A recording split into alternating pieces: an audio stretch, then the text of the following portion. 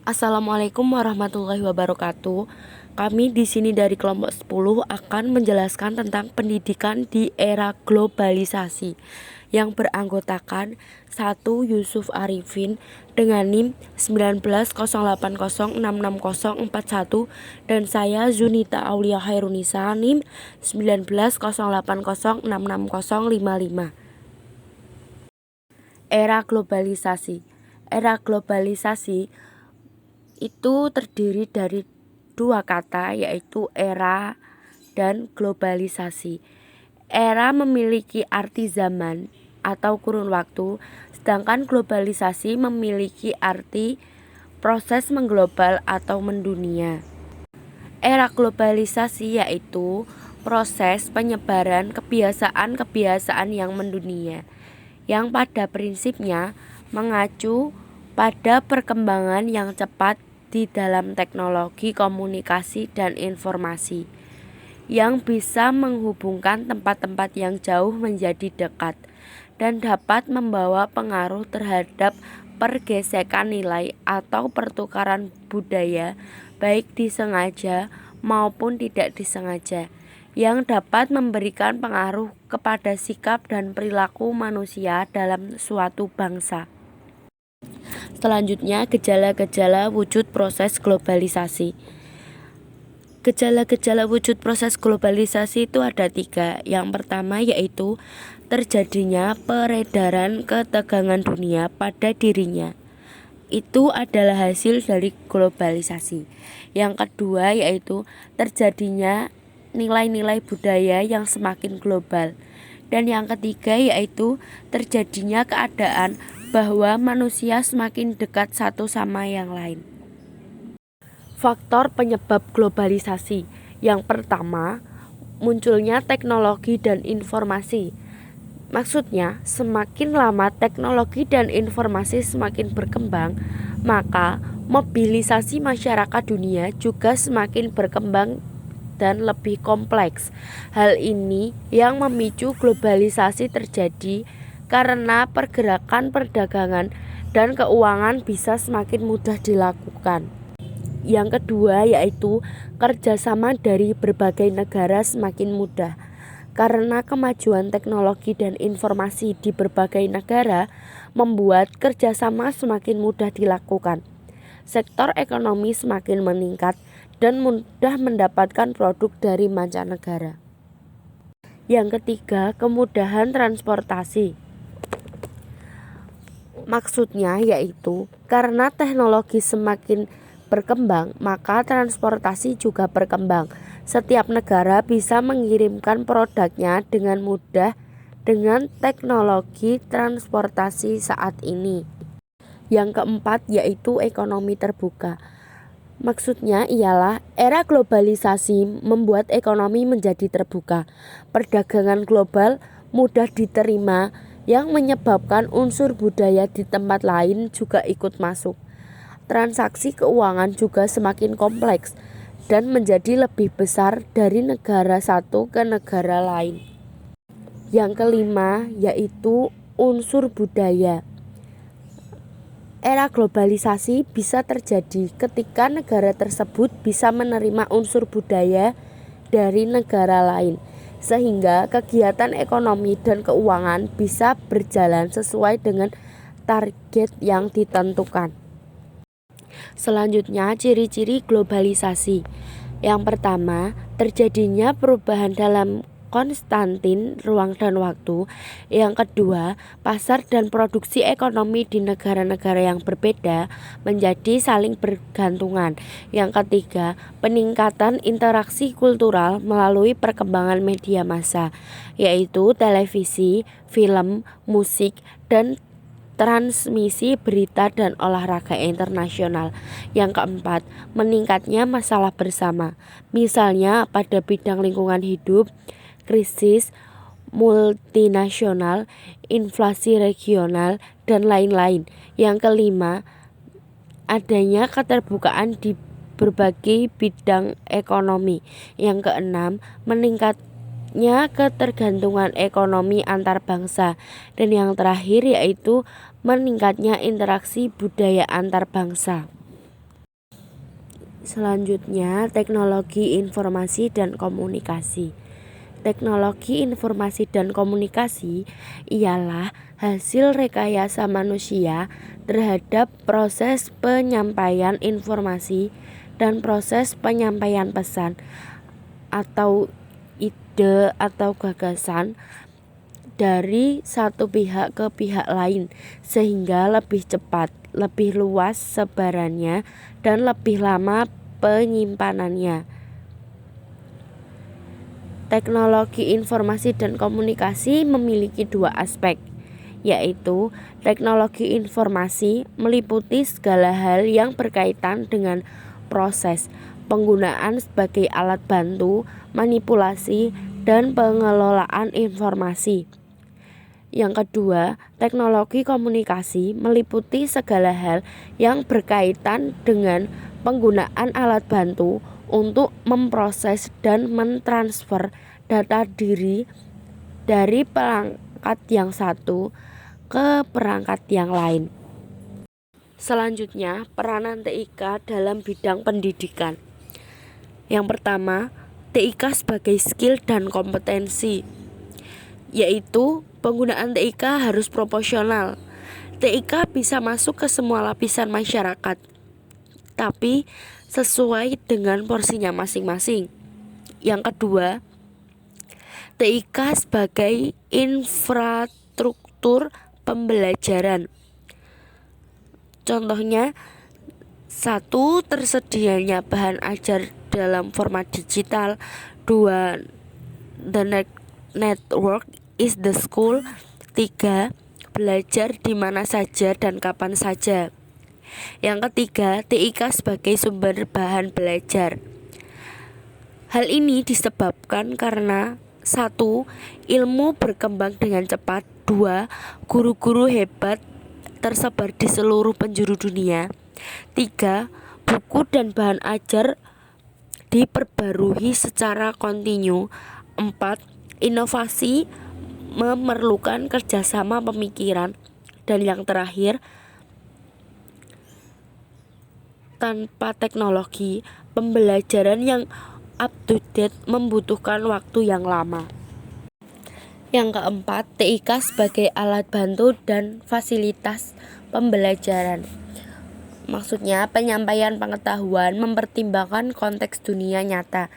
Yang B, memberikan ilustrasi sebagai fenomena ilmu pengetahuan untuk mempercepat penyerapan bahan ajar. C. Pelajaran melakukan eksplorasi terhadap pengetahuan secara lebih luas dan mandiri. D. Akuisisi pengetahuan berasal dari interaksi mahasiswa dan guru. E. Rasio antara pengajar dan peserta didik, sehingga menentukan proses pemberian fasilitas tersebut. Yang kelima, TIK sebagai pendukung manajemen pembelajaran. Yang pertama, tiap individu memerlukan dukungan pembelajaran tanpa henti tiap harinya. Yang kedua, transaksi dan interaksi interaktif antara stakeholder memerlukan pengelolaan back office yang kuat. Yang ketiga, kualitas layanan pada pengekan administrasi ditingkatkan secara bertahap. Yang keempat, orang merupakan sumber daya yang bernilai. Yang keenam, TIK sebagai sistem mendukung keputusan. Yang pertama, tiap individu memiliki karakter dan bakat masing-masing dalam pembelajaran. Yang kedua, guru meningkatkan kompetensinya pada berbagai bidang ilmu. Yang ketiga, profil institusi pendidikan diketahui oleh pemerintah. Selanjutnya, manfaat penggunaan TIK dalam mendukung pelaksanaan pembelajaran. Yang pertama, meningkatkan kualitas pembelajaran. Yang kedua, memperluas akses terhadap pendidikan dalam pembelajaran. Yang ketiga, membantu memvisualisasikan ide-ide abstrak. Yang keempat, mempermudah pemahaman materi yang sedang dipelajari. Yang kelima, menampilkan materi pembelajaran menjadi lebih menarik. Yang keenam, memungkinkan terjadinya interaksi antara pembelajaran dengan materi yang sedang dipelajari. Selanjutnya, manfaat TIK bagi dunia pendidikan. 1. Berbagai hasil penelitian menunjukkan dengan adanya TIK, penelitian yang dilakukan seseorang dapat dimanfaatkan dan diketahui orang lain. Ini juga akan mencegah terjadinya penelitian yang serupa. Yang kedua, konsultasi dengan pakar. Internet juga banyak dimanfaatkan untuk berkonsultasi dengan pakar yang berada di tempat lain. Yang ketiga, perpustakaan online. Pelajar atau mahasiswa dapat mengakses sumber-sumber ilmu dengan mudah tanpa dibatasi jarak dan waktu. Yang keempat, diskusi online. Diskusi online adalah diskusi yang dilakukan di internet. Yang kelima, kelas online. Kelas online dapat digunakan bagi lembaga-lembaga pendidikan jarak jauh seperti UT, SMP terbuka, dan lainnya. Dampak positif TIK bagi pendidikan. Banyak sekali dampak positif TIK bagi pendidikan, diantaranya yaitu 1. Informasi yang dibutuhkan untuk menjadi lebih cepat dan lebih mudah dalam mengakses tujuan pendidikan. Yang kedua, inovasi dalam pembelajaran tumbuh di hadapan e-learning, inovasi yang lebih memudahkan proses pendidikan. Yang ketiga, kemajuan TIK juga dapat memungkinkan pengembangan telekonferensi kelas virtual. Yang keempat, sistem administrasi pada lembaga pendidikan akan lebih mudah dan lancar karena penerapan sistem TIK. Yang kelima, munculnya media massa, khususnya media elektronik, sebagai sumber pengetahuan dan pendidikan pusat. Yang keenam, munculnya metode pembelajaran yang baru yang memungkinkan siswa dan guru dalam proses pembelajaran. Yang selanjutnya, sistem pembelajaran tidak harus melalui tatap muka. Yang kedelapan, peningkatan kualitas sumber daya manusia melalui pengembangan dan pemanfaatan teknologi informasi dan komunikasi. Yang kesembilan, ICT sebagai sistem pendukung keputusan dalam dunia pendidikan. Yang kesepuluh, berbagi hasil penelitian. Penelitian yang dipubliskan dalam internet akan mudah digunakan oleh orang lain di seluruh penjuru dunia dengan cepat. Yang ke-11, konsultasi dengan ahli. Konsultasi ahli di bidang undangan dapat dilakukan dengan mudah, bahkan jika para ahli sangat banyak di tempat. Yang ke-12, perpustakaan online. Perpustakaan online adalah perpustakaan dalam bentuk digital. Yang selanjutnya, diskusi online. Diskusi online adalah diskusi yang dilakukan melalui internet. Yang selanjutnya yaitu kelas online. Aplikasi kelas online dapat digunakan untuk lembaga-lembaga pendidikan untuk kegiatan pembelajaran jarak jauh. Yang ke-15, TIK digunakan dalam mata pelajaran sekolah yang berbeda. Penggunaan ICT untuk simulasi dan pemodelan dalam sains dan matematika telah terbukti efektif karena memiliki perangkat lunak, pengolah kata dan komunikasi atau email dalam pengembangan bahasa dan kemampuan komunikasi siswa. Yang terakhir, akses luar sekolah mempengaruhi kepercayaan pengguna. Yang selanjutnya, TIK digunakan dalam materi pelajaran sekolah yang berbeda. Penggunaan ICT untuk simulasi dan pemodelan dalam sains dan matematika telah terbukti efektif karena memiliki perangkat lunak, pengolah kata dan komunikasi atau email dalam pengembangan bahasa dan kemampuan komunikasi siswa. Yang terakhir, akses luar sekolah mempengaruhi kepercayaan pengguna. Siswa yang menggunakan komputer di rumah juga menggunakan komputer di sekolah lebih sering dan lebih percaya diri daripada siswa yang tidak memiliki akses di rumah mereka. Selain dampak positif, ada juga dampak negatif TIK bagi pendidikan.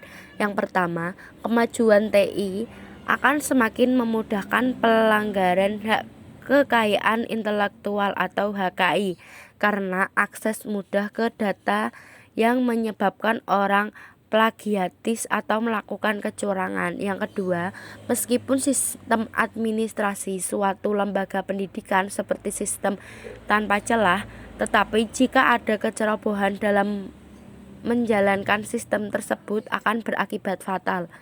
Yang ketiga, salah satu dampak negatif televisi adalah melatih anak untuk berpikir pendek dan bertahan berkonsentrasi dalam waktu yang singkat atau jangka pendek perhatian. Yang keempat, penyalahgunaan pengetahuan bagi orang-orang tertentu untuk melakukan tindak pidana. Yang kelima, tidak membuat TI sebagai media atau sarana hanya dalam belajar. Misalnya, kita tidak hanya mendownload tapi masih membeli buku cetak, tidak hanya mengunjungi perpustakaan digital tapi juga mengunjungi perpustakaan. Yang keenam, pertimbangkan penggunaan TI dalam pendidikan khususnya bagi anak-anak yang masih berada dalam kendali sementara membutuhkan pembelajaran dengan TI. Yang ketujuh, mahasiswa dan kadang-kadang guru bisa aspek adiktif teknologi, bukan isi pelajaran. Yang kedelapan, perlu untuk tujuan yang jelas. Masyarakat masa depan. Masyarakat masa depan adalah masyarakat yang memiliki ciri globalisasi, kemajuan iptek, dan kesempatan menerima arus informasi yang padat dan cepat. Pemahaman tentang keadaan masyarakat masa depan tersebut akan sangat penting sebagai latar kebijakan dan upaya pendidikan masa kini dan masa yang akan datang. Kajian masyarakat masa depan itu semakin penting jika diingat bahwa pendidikan selalu berupaya menyiapkan peserta didik yang memiliki peran di masa yang akan datang. Dengan demikian, pendidikan seharusnya selalu mengantisipasi keadaan masyarakat depan. Kecenderungan globalisasi. Menurut Emil Salim, terdapat 4 bidang kekuatan gelombang globalisasi yang paling kuat dan menonjol daya dobraknya, yakni bidang iptek, ekonomi, lingkungan hidup, dan pendidikan. Bidang iptek yang mengalami perkembangan semakin dipercepat, utamanya penggunaan berbagai teknologi canggih seperti komputer dan satelit. Bidang ekonomi yang mengarah ke ekonomi regional dan atau ekonomi global tanpa mengenal batas-batas negara. Bidang lingkungan hidup telah menjadi bahan pembicaraan dalam berbagai pertemuan tingkat internasional. Perkembangan iptek yang semakin cepat dalam era globalisasi merupakan salah satu ciri utama dari masyarakat masa depan.